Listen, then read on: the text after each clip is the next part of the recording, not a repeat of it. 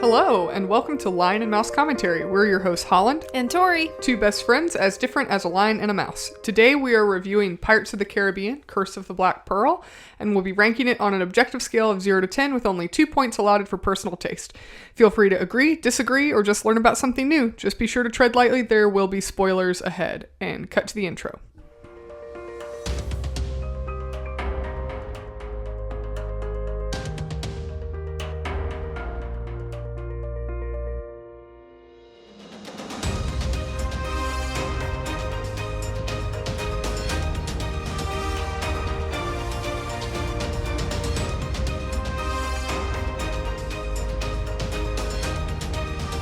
Alright, welcome to the Lion's Den. For our new listeners, we'll be breaking down the scoring system by category as we go, but the full breakdown is always available on our website. So let's get started. So we actually watched this movie together pretty recently. Yes. And I decided we should just go ahead and review it for this podcast. Yes. So it's not blind to either of us. Tori and I have both seen this multiple times. But it had been a while. It had been a while since either of us had seen this movie. So, some information about this movie, if you're not familiar. Pirates of the Caribbean, The Curse of the Black Pearl is a 2003 film directed... Pirates of the Caribbean, The Curse of the Black Pearl is a 2003 film directed by Gore Verbinski and is the first film in the Pirates of the Caribbean film series. It's produced by Walt Disney Pictures and Jerry Bruckheimer. And it's loosely based on Walt Disney's Pirates of the Caribbean attraction at its Disney theme parks, particularly its Disneyland theme park. It stars Johnny Depp, Jeffrey Rush, Orlando Bloom, Keira Knightley, and Jonathan Pryce.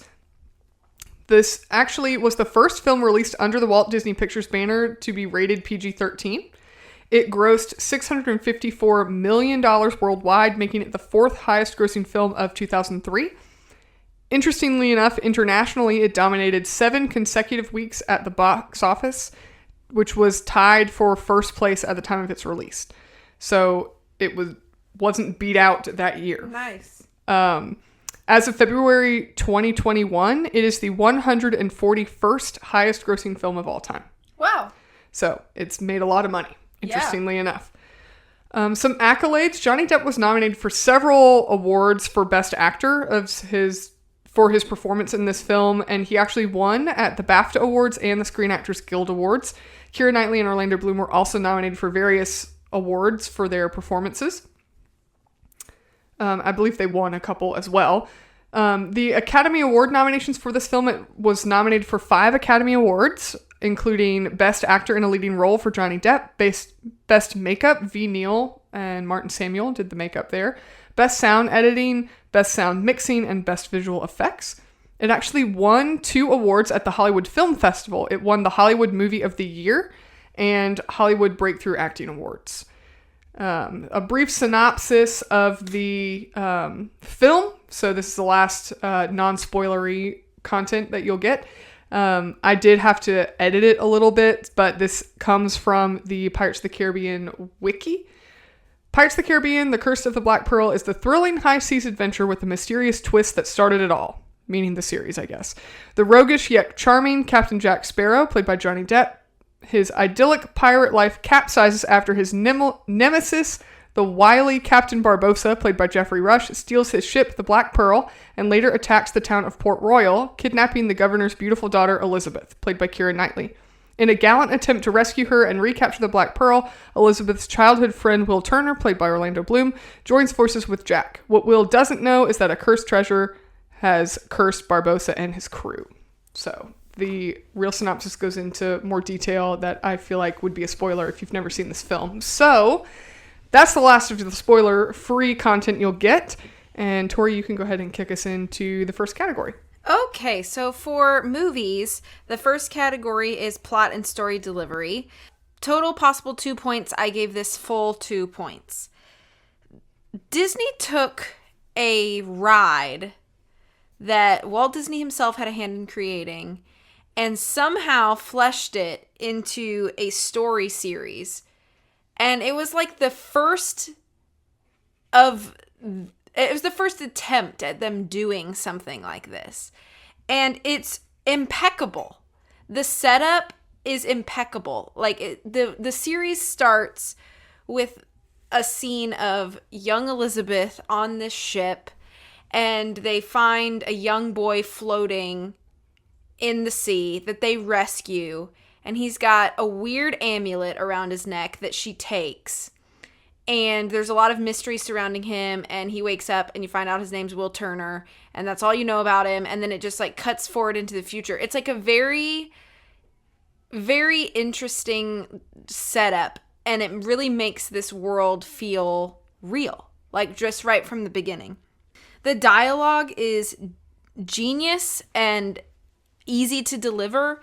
I've said this before, I'll say it again. I really think that a lot of bad acting isn't the actor's fault. It's usually a writing or directing fault. And in this movie, the writing is so good that it really helps your actors along when you have good written dialogue. I think that it's interesting. They establish a few story points that they make really important that carry on through the rest of the series. And they establish pretty early on that Elizabeth has this fascination with like pirate culture and like sailing and, all sorts of things, to the point where she knows the ins and outs of parlay, which is really interesting for a woman of like her background to know a lot about.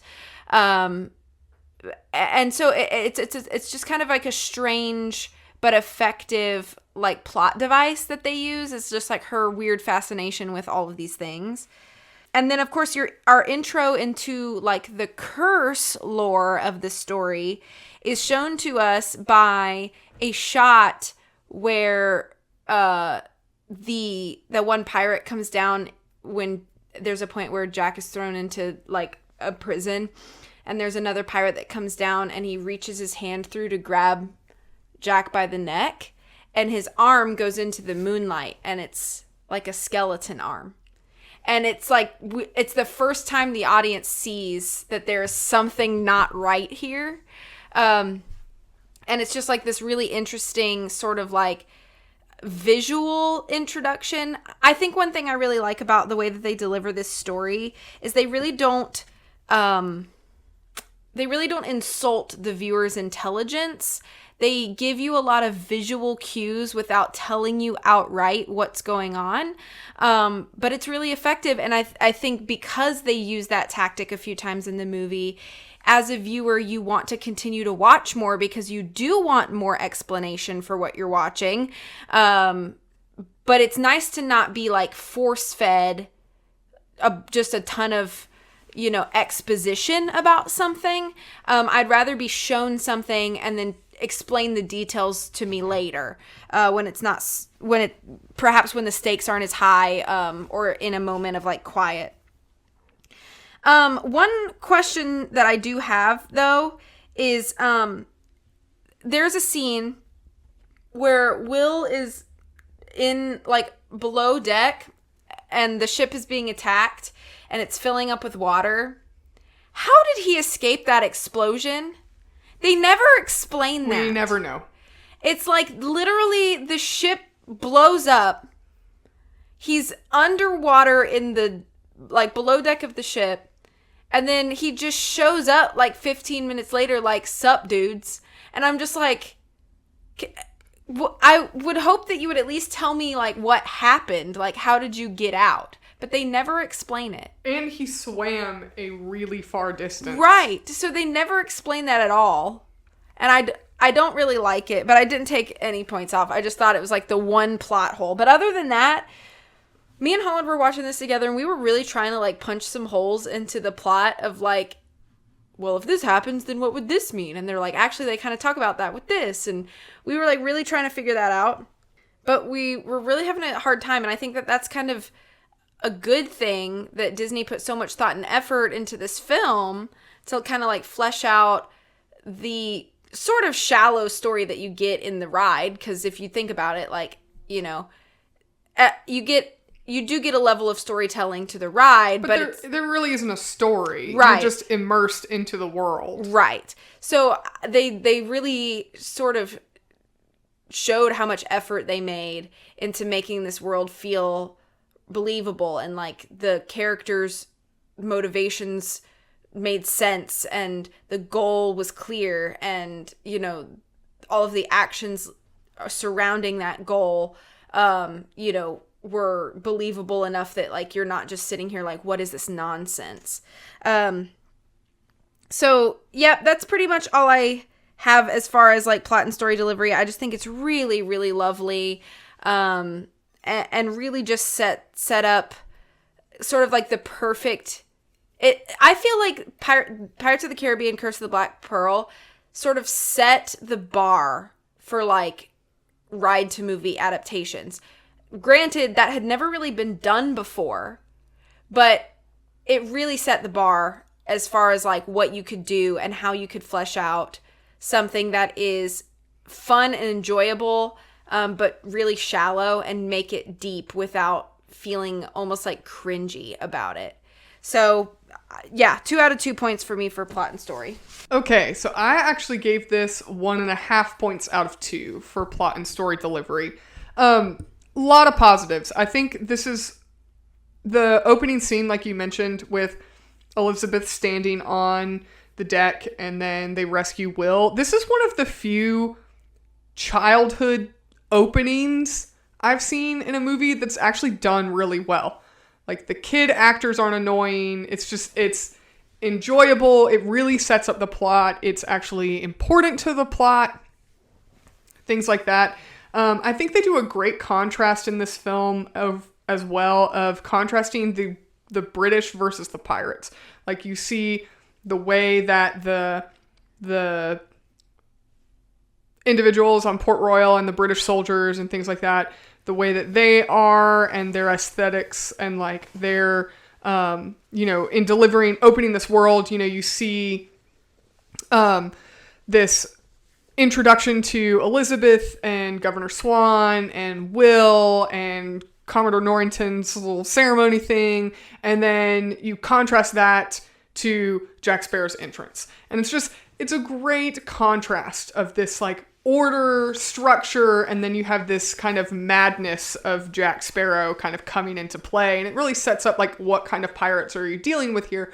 Are you dealing with like these really sinister, evil villains? Are you dealing with these kind of opportunistic, mischief makers? Are you dealing with these like explorer pirates? So it really sets up kind of the tone of who these pirates are that you're wanting to follow, which is pretty cleverly done, especially when you think about like in, history, pirates were not nice people and you didn't really want to root for them. And so you immediately have this character, this hero of Jack Sparrow that you're wanting to root for the plot. The tone of the film is really good. It feels kind of like a fantasy movie story, but it's still grounded in realism. So you have this kind of fantastical concept of these pirates being cursed by this Aztec gold, and yet everything else is grounded in reality. The weapons, the ships, the way things move in the world are just pretty well grounded in reality. It's, it's not a historical drama per se, but it's trying to ground this fantastical story into a real world. I think the plot of the curse and the significance of, Elizabeth Swan giving her last name of Turner, and then Will Turner is actually, the Turner that they're trying to find. And I like how they unfold that kind of twist as you go. And they don't insult the audience's intelligence. There's never a point where it's like they say to the audience, "Oh, we thought you were the wrong person." They don't, right. It's not this big over dramatic over explanation of that. They let you figure out that whole concept as you go. Even the part where like Will acknowledges that Jack didn't agree to let him tag along or to go along with the finding Elizabeth until he found out what his last name was. But even as an audience member, you watch that shift in Jack yourself. And so maybe a 15-year-old kid watching this movie for the first time might not pick up on that, but it's still told into the story. A couple other things. I think that Jack, when he steals the Interceptor, he and Will steal the Interceptor. It shows that there's cleverness to Jack's kind of madness. Jack's kind of this like zany, nonsensical guy, and you don't think he really knows what he's doing half the time. But then you see these moments throughout the plot that he's got this cleverness to him. So he's a character that you're willing to kind of follow and root for throughout the story because he's actually pretty smart. He's not just kind of bumbling, idiot that just happens to have success. Barbossa's exposition of the curse when he's explaining that to Elizabeth could have been really dry and boring. Right. But it's so beautifully told. And then it kind of builds, this kind of goes into aesthetics as well, but just the way that whole scene is shot and told, you're immediately drawn into that story as he's telling it. And then you have the big reveal of the cursed pirates in that aspect, in that segment as well. I like that with Jack, you see all these moments where he's like really smart and he's doing all these like really clever things, but then we kind of see this man behind the curtain when he's marooned on the island. So he's not this like idyllic, impervious to, he's still a human character with flaws, and it's consistent with his character, and yet you still realize like that he's, not everything that he presents himself to be to kind of the rest of the world. I like that the source of conflict is multifaceted. So you're following Jack chasing after his ship, Barbossa chasing after the curse, and Will looking after Elizabeth. There's really three separate plot lines going on at the same time, which could be really convoluted and confusing, and yet they keep it really well grounded, and the viewer doesn't get lost in any of that. You kind of mentioned already, like, the dialogue is really good. It's done really well. It's quippy and it feels organic, and it feels like it fits the time period where the movie's set without it feeling too dated or too modern. A couple things though, I didn't give it full points because there's a couple inconsistencies with the plot, kind of like you mentioned with Will, not getting blown up by the ship. Like when Elizabeth falls in the water at the beginning of the movie, for one, she doesn't get injured, which is, kind of, hard to believe, but you kind of, you can have that suspension of disbelief, I guess, but there's not really any explanation of why Jack would jump in the water to save her. Like we realized towards the end of the film that like he was willing to use Will as leverage and possibly have him die so he could get his ship back. And yet some random stranger falls in the water and Jack jumps in after her to save her. Like there's no reason behind that. And I know for the plot, right, we have that happen so that he sees the piece of gold on her necklace, and that kind of moves that plot forward. So now he has motivation to try and find her because she has the last piece of gold or whatever. But there's nothing else consistent with why Jack would jump in and save Elizabeth for no reason. Right. The other thing is, I never liked this, even when I was younger and saw this movie, where Will has that whole scene where he has that sword fight with Jack, which is pretty iconic. It's a great scene. I love it. But Will's explanation for his like swordmanship mastery and being able to fight against Jack Sparrow is that he makes these swords and practices with them like 5 hours a day or something like that. Like, what? Against who? Against who? You practice alone in a barn with no one, and yet you're now competent enough to beat a pirate who's been sword fighting other pirates. Like that, I never liked that. Even like as a kid when I was watching this movie, I was like, this doesn't make any sense. He's such a nerd. But he is such a nerd. I'll talk about that later. Yeah. But in general, I think the plot and the story delivery of this movie is really good. I really like that it wants to be taken seriously. From the opening sequence, this wants to be taken seriously as a film, a good film, and isn't just like a cash grab that Disney just threw out to try and get people to come see movies. If only they still had that attitude. Right. Oh. And another thing that I think is a little I wasn't sure if this comes into plot or characters. So I'm gonna touch on it in characters a little bit about Norrington and towards the end of the movie. And I know some of my plot points have kind of bled into characters as well. But overall, 1.5 points out of 2 for me. Okay. So for characters, 3 possible points. I gave it 2.5 out of 3 points. The first thing I want to say is the casting is absolute perfection. I don't know who the casting director was. I probably should have looked that up. But I just think everybody is cast so wonderfully. And really, for me as a viewer, it becomes the embodiment of these characters. Like, can anybody at this point picture anybody but Johnny Depp playing Jack Sparrow? No. Nor can I really think of anybody else playing Will Turner or Elizabeth Swann. Like, they are those characters to me.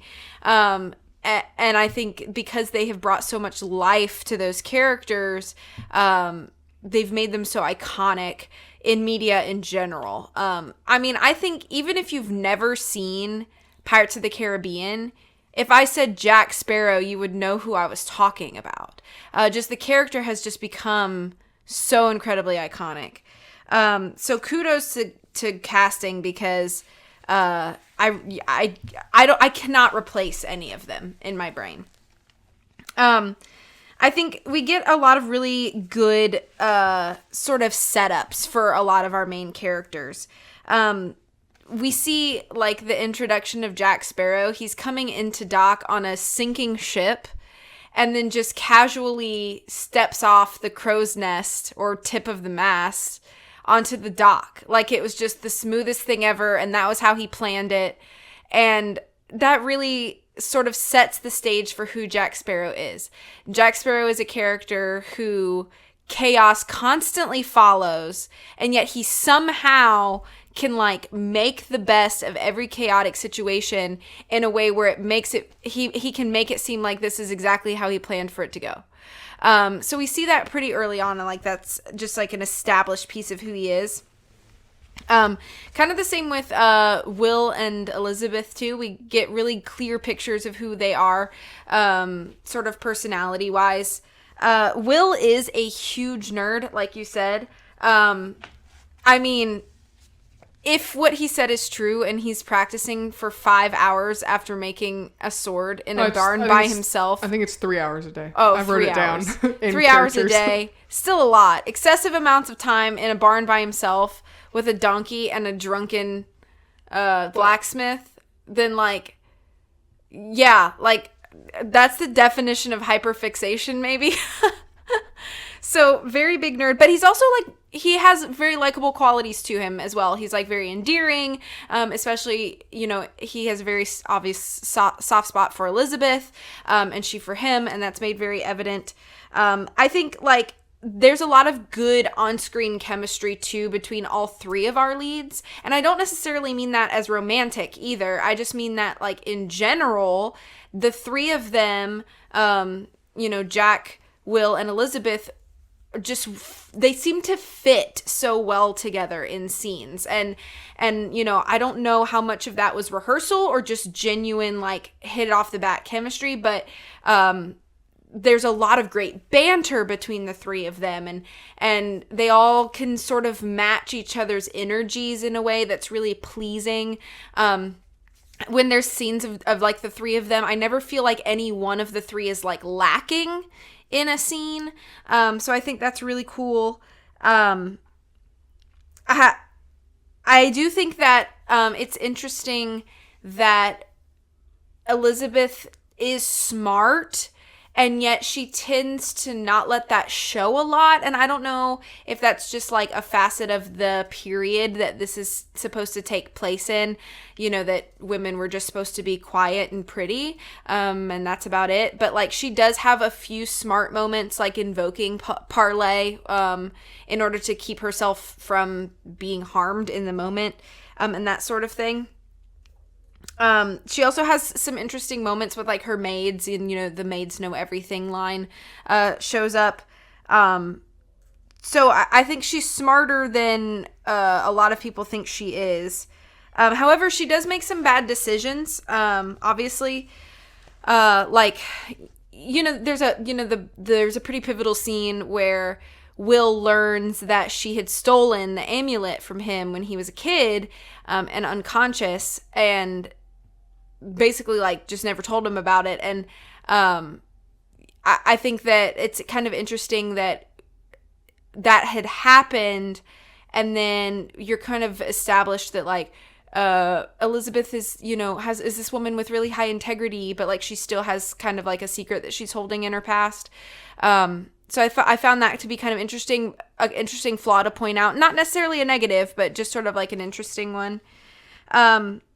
There's good interactions between, obviously there's like a rivalry that happens between Will and Norrington throughout the course of this movie, especially since Norrington does technically qualify as like a suitor for Elizabeth. And obviously Will doesn't like that because he's in love with her and she's in love with him.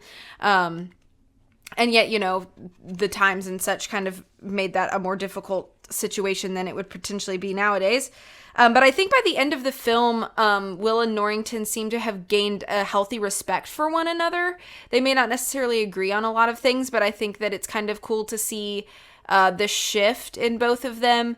And there's some nice interactions at the end of the movie.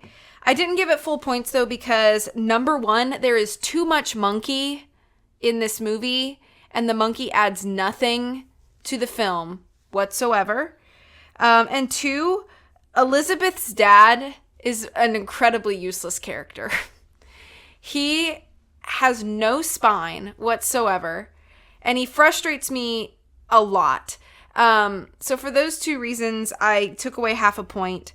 But generally, I think that we see a lot of good character growth, motivation shifts, this sort of things you want to see in your main characters happen in this film, but in ways that don't feel forced or like they are out of context or character for that character.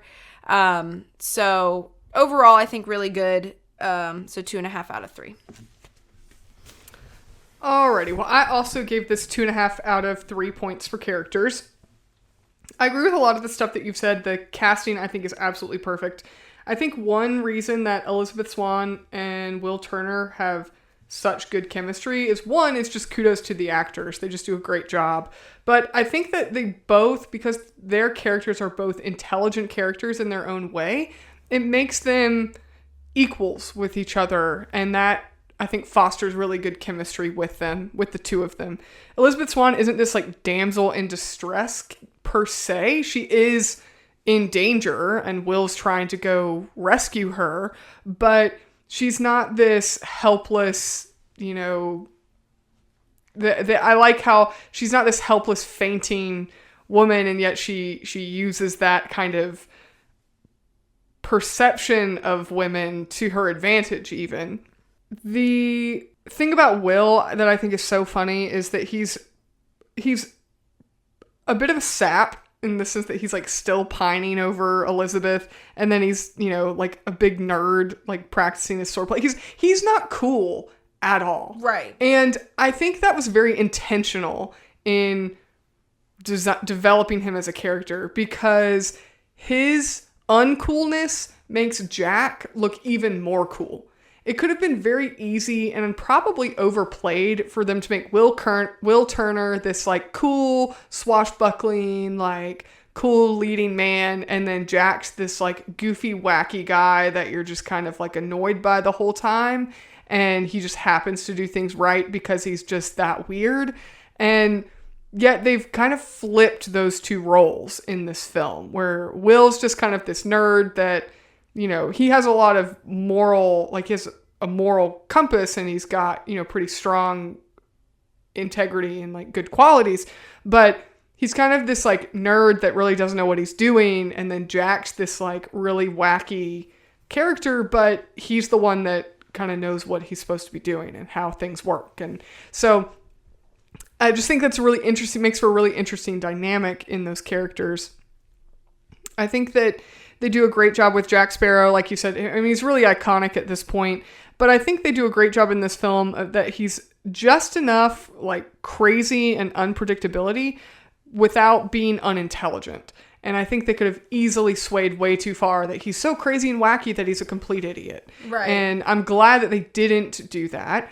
And then kind of a great foil to him is Captain Barbossa, who's really this like gentleman of fortune, like lofty, old school kind of pirate with the big hat and the feather and the way he talks to Elizabeth. And he's just very like genteel and he's like this gentlemanly pirate who's like the exact opposite of Jack's like wacky, wily, underhanded kind of thing. But yet he's the villain that we're not wanting to win. And he does such a great job. And like props to Jeffrey Rush, but also to the writers just in writing this character. He's just the perfect pirate villain for our main cast in that aspect of it. Norrington as well, he's kind of our other villain we have in play here. And I think they do a great job that he's on the side of the law, and yet you're not rooting for him. You don't want him to win either. He's kind of, they make him just stuffy enough, just enough of a like stick in the mud, and he's seems to be kind of like, you know, very much a like typical, you know, I don't want to say chauvinist, but very much like, I want my trophy wife, Elizabeth, because she's, you know, this great wife to put on a pedestal versus all the other prospects out there. And yeah, he's not a bad man. No, there's nothing in his character that makes us think for a minute that he's a bad man. And yet we're not rooting for him. We don't like him. We don't want him to succeed. Right. Mr. Gibbs is another character that I really, really like. He has that kind of contrast in his character. We see him at the beginning in like the Navy working with Norrington, and then we see him on the pirate side of things. And that big contrast in just his appearance is really, really clever. But yet he's still very much the like typical sailor, like telling tall tales and these, you know, outlandish stories about, you know, these fantastical things that happen to people, and how did, you know, Jack Sparrow was marooned on an island, and telling all that story. And so I think that having him as a character helps kind of flesh out the rest of the backstory for our whole story as a whole, but then it also really just builds into this world, that pirate feel of the story, and like the culture of like who these pirates are, and these sailors telling tall tales and things like that just really fleshes all of that out. I think the minor cast of pirates are great in this film that kind of help fill in, you know, the world of these pirates aren't these like clean cut, you know, nice looking people. And yet they're also not, you know, so malicious that we view them as inherently evil in this movie. One reason though that I really couldn't give this full points. And I think this is partly a plot aspect, but it's also a character aspect. Here we have Norrington, who's like hard and fast, like the letter of the law, like he's risen to this position. He's the whole film, he's like against Jack, and in a way he's against Will as well. And then in like 2 seconds, they're about to hang Jack Sparrow, and, you know, then Will comes to rescue him. And within half a second, Norrington's like, I guess I can let him go and get a head start. Oh, he got away. Okay. Oh, well. Like, and then here's Will Turner, who's, you know, I think it's a great character moment for Will that he like sticks by Jack and he doesn't leave him behind. And he's, you know, even at the end, he's willing to like be held accountable for his actions. And Norrington's like, yeah, no, we don't have to do anything with you either. It's like, are you kidding me? This guy was like the letter of the law for this whole movie. And then he has this like epitome of an oops, I've changed moment at the end of the film.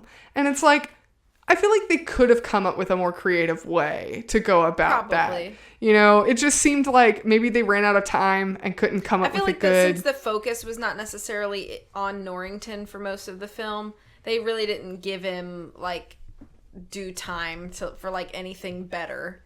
Well, But they didn't need to give him any more time. Like, Right. they still could have come up with some other kind of creative way for Jack and Will to get off the hook at the end. Yeah, it feels like a kind of like a rushed solution. Yeah, and it's just, he just literally, within 2 seconds, he's literally standing there about to oversee Jack's hanging, and then Will breaks him out, and he's running away. They're surrounded by guards, and he's like, well, I guess we could just let these guys go. It's like, what? Where did that come from? It came from there's no explanation, nothing, and it happened so quick. It's just really, really unbelievable.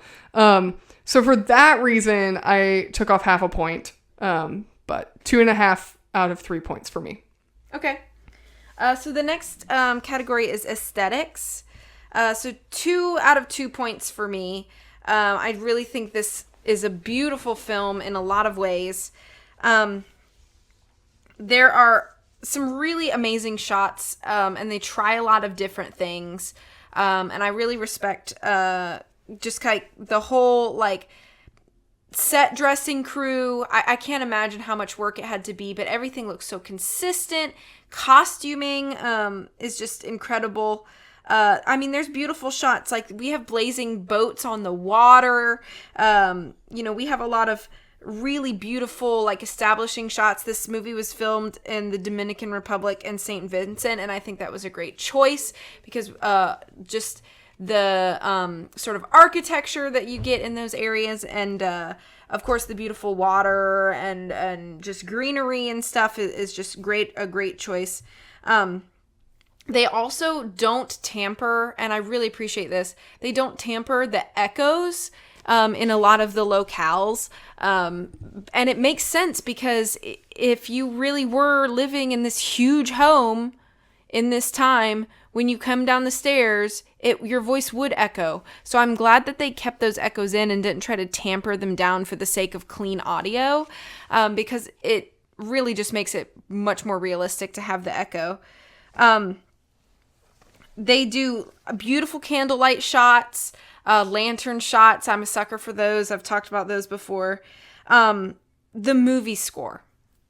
One of the best and most iconic movie scores out there, changed my mind. If you can listen to He's a Pirate and not know what it's from, I will be surprised. And just like, I think this movie score, the use of like the cello and like those like deeper stringed instruments,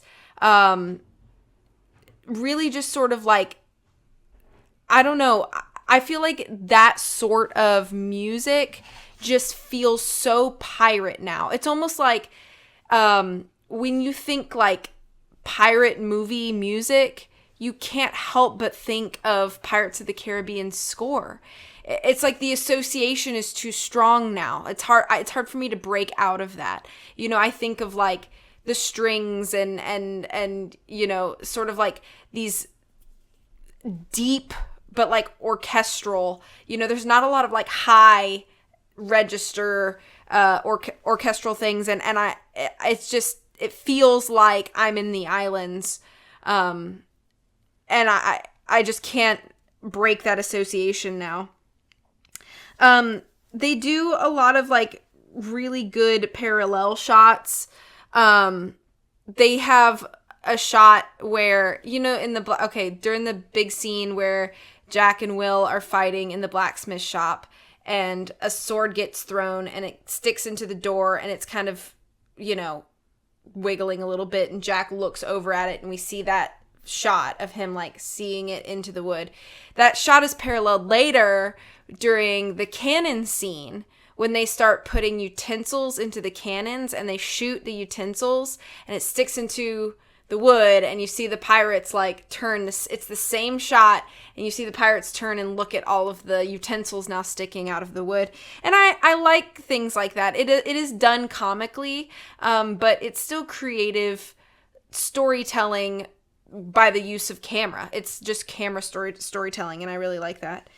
I do think that like the sound mixing was always very proper, and it reflects like what your ear wants to hear as a viewer in any given moment. When we were rewatching it this time, I noticed I never had to turn it down or up. Like, a lot of films, it's like, the big action scenes get really climactic and you're like, wow, my ears are bleeding, and you feel like you have to turn it down. And then like that passes and then soft dialogue starts again and you're like, I can't hear what they're saying, I have to turn it up. When we watched it this time, I don't think I had to adjust it like at all. And I find that to be a positive. So really great sound mixing. The ships in general are gorgeous set pieces. I understand that some of them were not built like totally, but just the sets that we get of these decks and like Barbossa's, I guess, quarters. I don't know if it's his quarters where he and Elizabeth have like the meal or whatever, and he starts trying to explain to her about the curse. That whole room is just absolutely gorgeous. Obviously, it's a lot of wood aesthetics with like, reds and blues and like gold gilded things. And it just sort of gives that sort of sense of like adventure, especially because not everything matches, but it all goes. So it does give you this sort of feeling that like these pirates have traveled very far and collected things from all over that they like and now are on this ship. So even though the cups may not necessarily match the silverware, it all sort of goes. It just sort of builds the like it makes the world feel even more realistic. Just these small details like that. And so just the ships themselves, I think, are just beautiful, beautiful set pieces and really help to deliver the story better. And then the last shot that I want to talk about is when the crew is in, for lack of better terms, skeleton mode. There's a shot where they are walking underwater, and it's done really well. It's obviously CGI, but it's just done really well with like the way that the water is moving, the clothes, and sort of like the scraggly strands of hair that some may continue to have. It sort of depends. They're all different how they like character design them in like skeleton mode. And you can almost see sort of like the way that there's like the water resistance and stuff. And I just found it to be a really interesting shot. It seems like something they spent a lot of time on for such a minuscule, like short, it's almost like a transition shot as the skeleton crew is sort of moving in. But just really good. And so the use of CGI in general, I think, is really, really good in this movie. And so I just wanted to touch on that for a little bit. But overall, 2 out of 2 for aesthetics. Alrighty, well, I give this 1.5 points out of 2 for aesthetics. I agree with a lot of the stuff you said, like the set piecing, the set pieces, the set dressing. It all looks really close to that period. The costumes are really, really good in this film. It feels like authentic to the time period, and yet the pirates, kind of like how you mentioned, it feels kind of piecemealed and eclectic. The pirates' garb kind of feels that way too. The score, of course, is iconic. You already touched on that. I won't beat that into the ground, but it doesn't sound like it sounds like an epic. It doesn't sound like a campy kids film about pirates. It doesn't sound like, this overly over the top, like period music. And it doesn't feel overly fantastical either. Right. Like, it doesn't feel like Narnia or Lord of the Rings. Like, it just feels like its own thing. Yeah. The fight choreography is really good, particularly like with Will and Jack fighting each other in the blacksmith shop. The cinematography of those fight scenes, like, for example, that specific scene is done really well, so we can appreciate all of the choreography and stunts that take place in the different fight scenes. I think that's one thing that I find frustrating is when you have this really elaborately choreographed fight scene and then the cinematography is so chaotic, we can't follow what's going on. It just looks like a bunch of people flying around on the screen getting beat up or whatever. And yet the cinematography follows this fight scene so we feel really engaged and yet we're not lost throughout the whole choreography. The ship battle is kind of the same thing there. Like the ship fighting each other and the cannons getting fired at each other could also have been really chaotic and just a bunch of over-the-top explosions like a Michael Bay film, and yet it felt like you could follow what was going on and who was fighting what. And I mean, the scene where the Black Pearl, Jack and Barbossa's ships are fighting each other and they're shooting the silverware at each other, and the monkey gets the coin and Will gets trapped in the water, and I mean all of these things are happening all at the same time, and yet you're able to follow the action and still figure out what's going on in all of that. I also just have to note that there are a lot of, in those kinds of fight sequences and things like that, there's a lot of in-camera effects which look really good, and I always appreciate when there's effects that are done in camera. I also like that the fight scenes aren't overly long. I really don't like it when there's action in action movies, that if you have this action scene that goes on for 12 minutes. Yeah, or longer even, and it just takes way too much time. Jack's escape at the end when Norrington decides he doesn't want to chase him anymore. It's an exaggeration, but is good. I think it's a good sequence to end with cinematography wise, and just it kind of sums up the film as a whole, and it looks really good and it feels really epic, and I think that ending scene is filmed really well. The CGI for the skeletons is pretty good. I do think it doesn't quite hold up as well as some other films' special effects have held up over the years. But like the practical effects with, Port Royal being attacked, all of those practical in-camera effects, I think are really, really good. I do agree what you said with the sound mixing, that I don't have to adjust the volume. I really like that. Also, the fact that they have the monkey in the film is actually in camera. It's not just a CGI monkey that they could have used, of course, except when he's, a ghost monkey. But I like that they use a live animal and it's not a CGI animal, because I think, this is just my personal take, I think when you have a CGI animal, it's very hard to get it to look real. A lot of CGI animals just look CG, and not that they, the special effects team doesn't do their best, but I think it's very difficult. And it's also a lot of work to work with real animals. So they did a great job with that.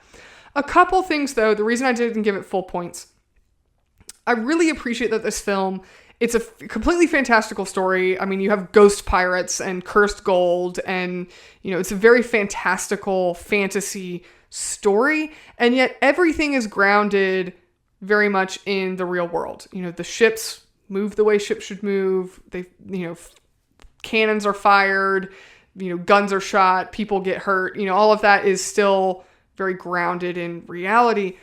But one thing in this film, in rewatching this, there's so many stunts that just they feel cartoony. They feel like it should be in a cartoon, not in this kind of film. For example, at the beginning of the film, when Jack is after he saves Elizabeth and then he escapes from, the British soldiers and they're trying to arrest him, and he's swinging on the rope and he lands on that one beam and he's wiggling a little bit to get his balance. It just feels like it came out of a cartoon all of a sudden. It's we did have this really grounded, moment, and now we have something that just feels like it came out of a cartoon. Another part when Elizabeth is on the pirate ship and she finds out that these ghost pirates are there, and there's just this long sequence where she's being pushed around by this guy, and then she's in they're lifting the sheet up and down, and she's bouncing up in the air an insanely high height that would never be humanly possible for 4 guys with a sheet to throw somebody up in the air that high. It's all of a sudden I feel like I just got pulled out of reality because, and I know people are going to say, well, you're talking about a movie about ghost pirates. Like, of course it's not real, but it's like everything else is so well grounded.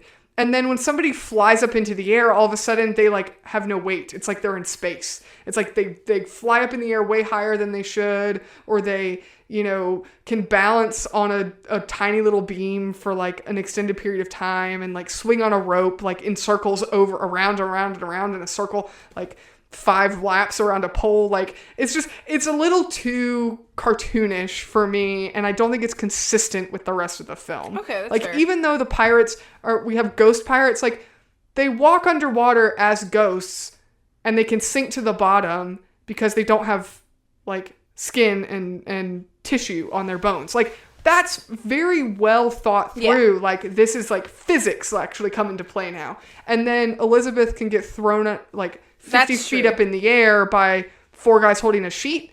And why are they fluffing out a sheet anyways? Like, it just seems a little... Is it a sail? Maybe. I mean, but all the sails on the ship are black and they're all tattered, and...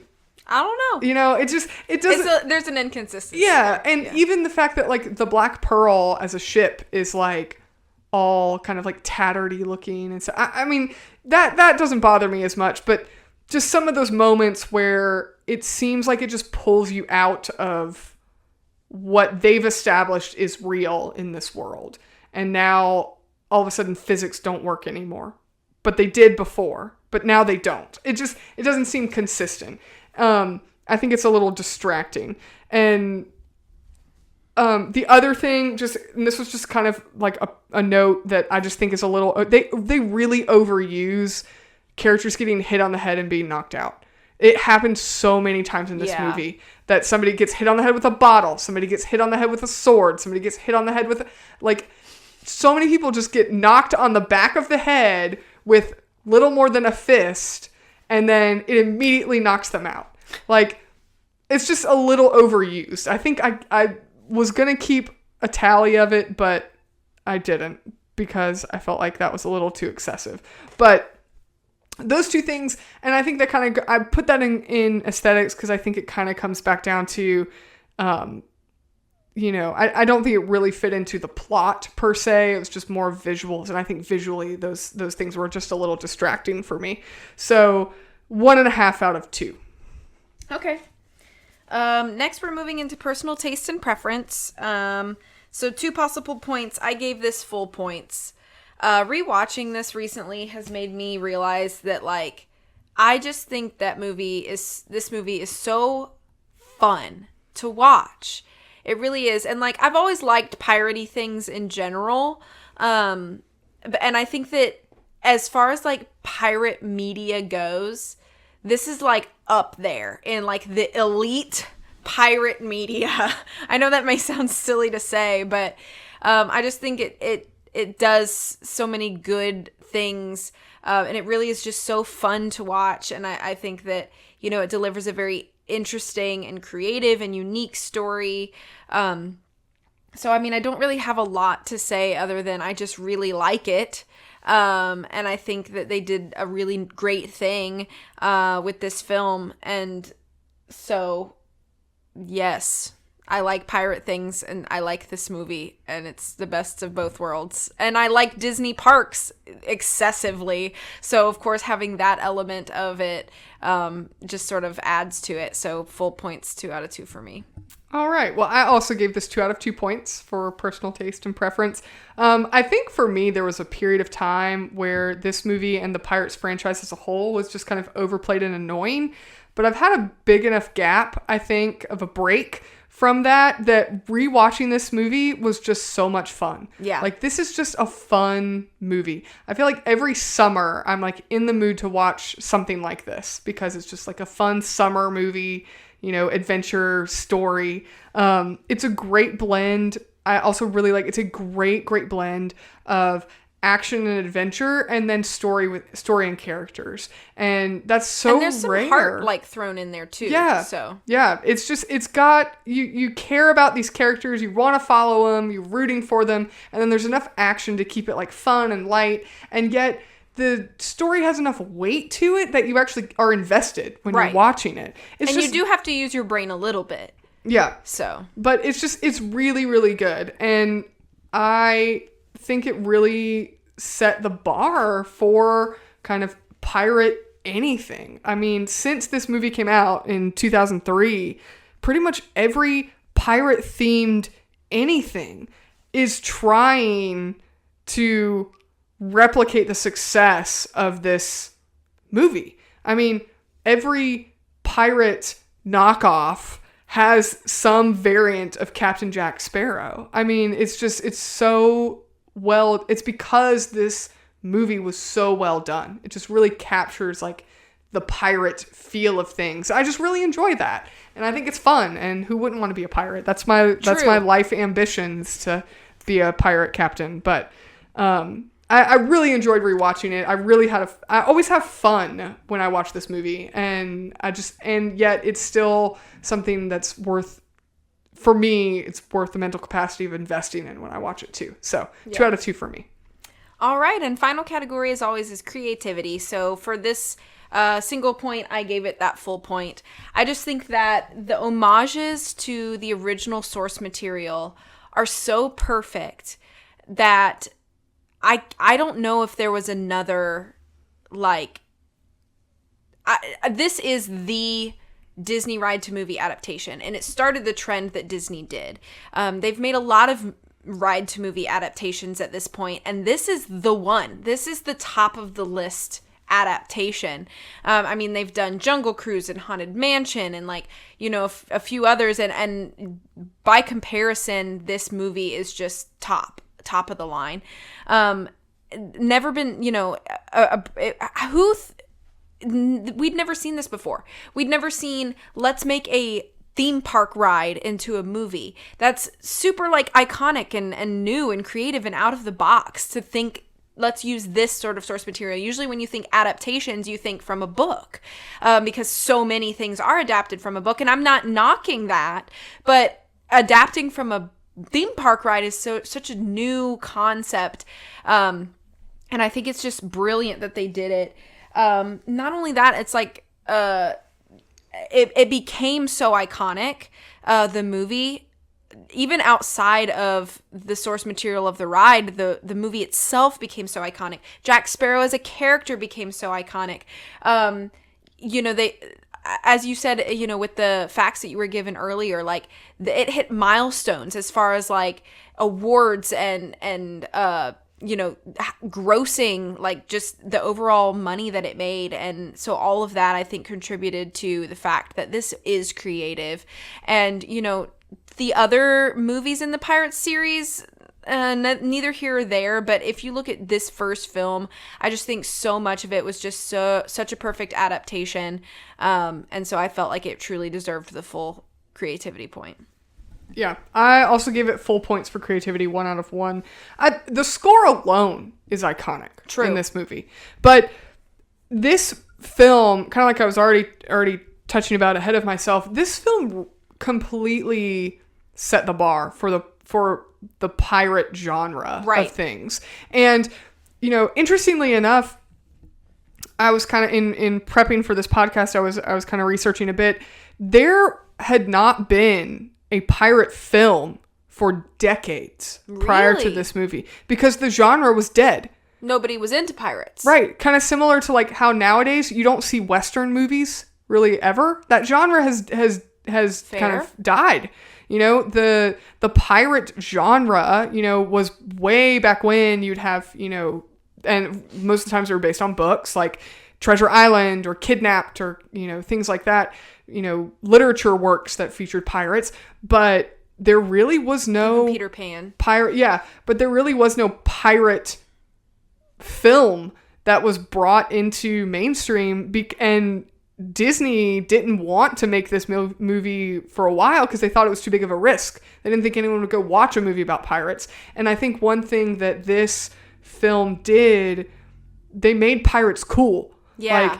Like, and now we have more pirate media popping up here and there again. Right. So you have, I mean, pirate themed video games, pirate themed TV shows, pirate themed, even characters that are in non-pirate themed media that are playing pirates look like Jack Sparrow. Like, Right. for example, this is just an example just off the top of my head right now. In the TV show that was on ABC called Once Upon a Time, Yeah. the character of Captain Hook, that was, he is wearing eyeliner. Right. No pirate wore eyeliner before Captain Jack Yeah. Sparrow. So it's like even little nuances like that where, you know, pirates now, they wear eyeliner, they have beads in their hair, they have dreadlocks. I mean, all of those, even though just the visual aspect of pirates have changed in modern media because of this film. Right. And it's just something that really, I mean, I can't think of many films that have made as big of an impact in their own genre the way this film has. Good point.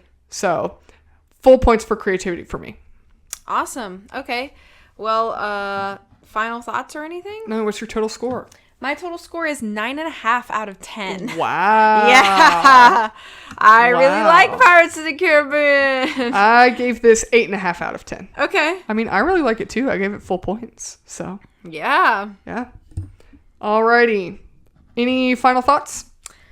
No. Just, I never really, you know, your point about how pirates were not really like a thing people liked or talked about until this is something I never really thought about. But like thinking about it now, you're absolutely right. Because, you know, I think of things like Assassin's Creed Black Flag. Yeah. You know, like, That game would have never been made if it wasn't for Pirates of the Caribbean. Then, like, they even made like a whatever they call like toddler Disney show now. It's like Jake and the Neverland Pirates or whatever. Yeah. It's like, I feel like you're right. Like this film is what breathed life into like pirates being cool again. And like that niche of adventure genre. Cause I feel like pirates kind of fall under the like adventure genre. Yeah. But it's just like one facet under that umbrella. And you're right. I think that like Pirates of the Caribbean is what made that cool again. So that's pretty cool. Yeah. Alrighty, you ready for some lightning round questions? Sure. Okay, favorite character? This is hard because there are so many good characters. I feel like it's such a cop-out but to say Jack Sparrow. But he is such a good character. Yeah. So I'll give like my favorite supporting character as well, which is probably Mr. Gibbs. Yeah. I just think that he's like a good like support in the crew. Mm-hmm. You know, he's like trustworthy enough that like Jack can trust him with the ship when he's not there, but like he's also not like super fuddy-duddy or like stick in the mud either. So yeah, I think Mr. Gibbs is cool. Yeah. I think I feel like I don't know. All the characters are so good in this movie. Good. They're so good. I even like Norrington. Like he's a good character too. Yeah, he's a good character. Yeah. So I don't know. I feel like Jack is pretty high up there. Barbossa, I really like Barbossa as a character too. Yeah. But I think Jack is usually my like go-to favorite character. But then I think if I couldn't pick Jack, because I feel like everybody picks Jack, I really like Elizabeth as a character. And Will and Elizabeth are strong characters too. It's hard to pick a favorite because they really are. They all like bring something to the story and the table that is really valuable. So yeah, I really like Elizabeth, and I like her character because she is. Keira Knightley does a great job. For one, especially considering how young she was when this movie was filmed. Yeah, but the character of Elizabeth, I like because she's kind of a strong female lead, but she's still close enough to the period that she doesn't seem like she's just plucked right out of modern day and thrown into this movie. That's true. So I think that it's a good balance in her character there. Yeah. Least favorite character? Monkey. Yeah. Monkey. Did Monkey have a... Oh, Jack the Monkey. That's right. Monkey Jack. I forgot that part. Wow, yeah, you're not a fan. Fake fan. Yeah. Yeah, Jack the Monkey. Yeah. I don't like the guy with the wooden eyeball. Yeah, he's kind of annoying. He's annoying. He annoys also, me. Elizabeth's dad. He's pretty makes annoying. me want to roll my eyes. He's pretty annoying too. Yeah. Yeah. Do you have a favorite scene? I mean, it's comical, but I think it's a really like classic scene, and it's very quotable, obviously. But the whole scene, the "why is the rum gone" scene, is really like comical and funny. And I think it's just a good like Jack Sparrow moment. Like he just cannot think of anything else except the rum. So I really like that scene. As far as like visually though, I would say like the scene where we see all the boats on fire like in the water is just a gorgeous scene to me. And I just really like that scene visually. Because I'm pretty sure that that's all like in-camera effects. So when is that? there's a scene, it's near the beginning. Like I think it might be like the scene in where the opening. yeah. Oh, Yeah. okay. So like it's like in the beginning when it's like you see all of the like ships ablaze, Yeah, and then yeah. they find Will's Will on floating the, on the thing. So it's just, but like it's just like maybe it's because it is like an opening shot, but it just establishes this like gorgeous cinematography, and you're just like hooked from the beginning. Like, wow, okay, this is gonna be good. Yeah. I think one of my favorite scenes, it's hard to pick just one, but one of my favorite scenes is when Jack and Will steal the Interceptor. That whole scene when they're like, they get on the Dauntless and then they catch up to him with the Interceptor and they switch ships. I just think that's so clever. But like, and that whole scene kind of leading up to it when they're like using the boat underwater and you know, that whole scene where you get to see that Jack's insanity is actually genius. Right. Do you have a favorite costume? I feel like the dress that Emily, what the heck is my brain Who's doing? Emily? The dress that Elizabeth is in when she passes out and falls off the cliff is a great outfit. And I think because that outfit has plot significance is why I like it even more. Because she's been complaining about that corset since she put it on. But the outfit itself is really nice as well. So I would say probably that costume. I don't know if it's my favorite, but I really like Will's costume at the end when he has that big hat. He looks like a musketeer. Yeah, it's like the Three Musketeers. Yeah, that's a good outfit. Yeah, and I like Barbossa's costume in this film as well. Yeah, Barbossa has like the most piratey of pirate costumes. Yeah. So yeah, that one's pretty cool too. Yeah. Any directional changes you would make? Or writing, director, writing. My first thought is I would have either shown Will's escape from that ship or had them explain it, because it's so distracting when he shows back up that you're not thinking about what's happening in the scene. You're thinking about how the heck is he there, and you get no satisfaction of an answer. So I would at least want an answer, please. Yeah. I think I would just kind of what I already critiqued on. I would just have the physics be a little more grounded when people are up in the air, because there's physics that are grounded everywhere else. It's just all of a sudden we're on the moon when somebody wants to throw somebody up in the air or swing around on a rope. So that's what I would change. Okay. Which of these settings would you want to live in? Tortuga, Port Royal, the Black Pearl, or Isla de Muerta? Isla de Muerta looks scary, so I don't think I'd want to live there. I mean, it's pretty, but like it's so remote. There's no target. I mean, I'm just kidding. I would say Port Royal because I'm basic, but if I do think it would be fun to live on a ship for a while, I just don't know if I would want to live permanently on a ship. You know what I mean? So I'm going to say I'd like to live in Port Royal and have occasional voyages on the Black Pearl. Okay.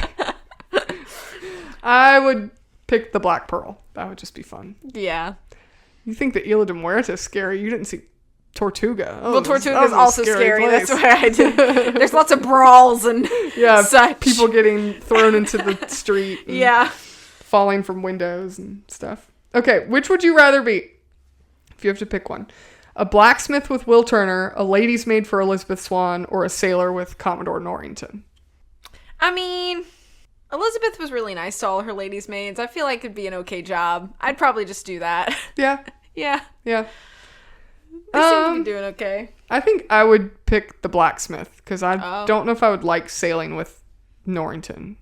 He seems kind of rigid. So yeah. I if think he was like more chill, I'd be like, fine. Well, that's why I didn't pick any of the pirate options on there. Yeah, because I feel like that would be an obvious answer. Right. But, so I would pick a blacksmith. That's fair. It At would least be you'd cool get to make time swords off. and stuff. That's true. You ain't working on the weekends or whatever, you know? Right. You got your nights and weekends. Yeah, right? exactly.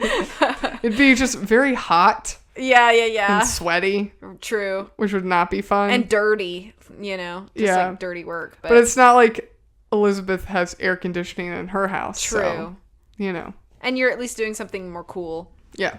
So. All right. Let's say none of the other pirate franchise films exist. Okay. This is the only one that exists. Okay. What would be your premise for a sequel? Premise for a sequel. Okay.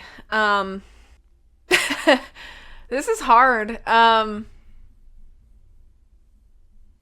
It would be cool if, like, perhaps, like, Elizabeth learned of some really priceless, like, family heirloom that her family had. Almost sort of like a parallel with, like, the gold piece that Will had. And so she, because we already know she has sort of a fascination with pirates and has like just like a wealth of knowledge. If she like almost like hyperfixated, almost obsessed about this thing that she found, this information, and so then she goes more of like a, you know, like an epic adventure kind of sequel where then she just like enlists the help of Jack and Will to help her go find this thing. And then, you know, there could be problems that arise on the way, or, you know, it's a disappointment, or she can't find it, or whatever, like fill in the blank. It could be some sort of issue like that. But I think it would be interesting to almost have Elizabeth hold most of the reins for a sequel in that way. And it's kind of like her goal, her mission now. And then have the guys as sort of supports to that. I think that's a good premise. Yeah. Yeah. What about you? I think that I would have, I think that I really liked, and this is not a I'm not going to spoil anything in the other films if you've never seen them. But I really like the concept of like Davy Jones' locker being a location. Right. And so I feel like I would have them go to Davy Jones' locker and it end up being something like kind of like the River Styx in Greek mythology, where he's there, like Will's dad could be there. Right. But it's like it's another world that they have to get into, and Like a transitional world. yeah, and maybe, I mean, I wouldn't want to say it's like necessarily underwater, but I don't know how else you would work that. I don't have the details worked out for my film, but okay. I like the concept of like Davy Jones' locker being an actual location. Yeah. And how that, you know, maybe Will's dad is there because he sank straight to Davy Jones' locker, and it's like if there's cursed Aztec gold, like maybe that there's, you know, there's an actual location and it's more than just an expression, but have it being like a location that either they can sail to or that they have to dive to, like go underwater and then get into maybe like an Atlantis kind of world or something like that. Which, like a hidden kingdom kind of situation. Yeah. But somehow still have it like, you'd want to keep some like nautical piratey things in it. Right. Versus them just like trekking around in some like magical world. Right. But some palace undersea. Yeah. So maybe like there are a bunch of pirates. Maybe that's where all pirates go. Like to await judgment. Yeah, or something like that. Or like, yeah. But I really liked when I watched this movie for the first time, I thought, oh, for a sequel, Davy Jones' locker should be like a place. And they have to find somebody. Maybe like how like, you know, something, you know how like you have like a message in a bottle or something, you know, something like that, where you kind of tie in other kind of like nautical themed, like pirate lore kind of stuff into that. Mm-hmm. But I agree. You know, I mean, not to spoil future films, but I feel like they had like cool things that they bring into some of the future films that don't hit the mark, that I feel like we could do better. Right. Yeah. Okay. Any that was the last question, I think. Yep. Okay. Any other thoughts? Final thoughts? No, I'm good. Okay. Alrighty, well, thank you guys so much for joining us on this episode. We look forward to having you back next time. You can always follow us on social medias. Our Twitter is Lion and Mouse Pod. Instagram is Lion and Mouse Podcast. And our website, as always, lionandmousepodcast.com. You can find our notes from this episode and send us a suggestion in our suggestion box of something you'd like us to review next. Our last episode, if you were able to listen to that, was a listener submitted topic, so you can submit one too, and we do take those seriously. You can also support us on Patreon if you ever decide to do that. We have exclusive content available there just as a thank you for that additional support. And please feel free to give us a review on your podcast platform of choice. We love the feedback for that. It really helps us out, helps us make better content for you guys. Thank you guys so much for listening, and we will catch you in the next one.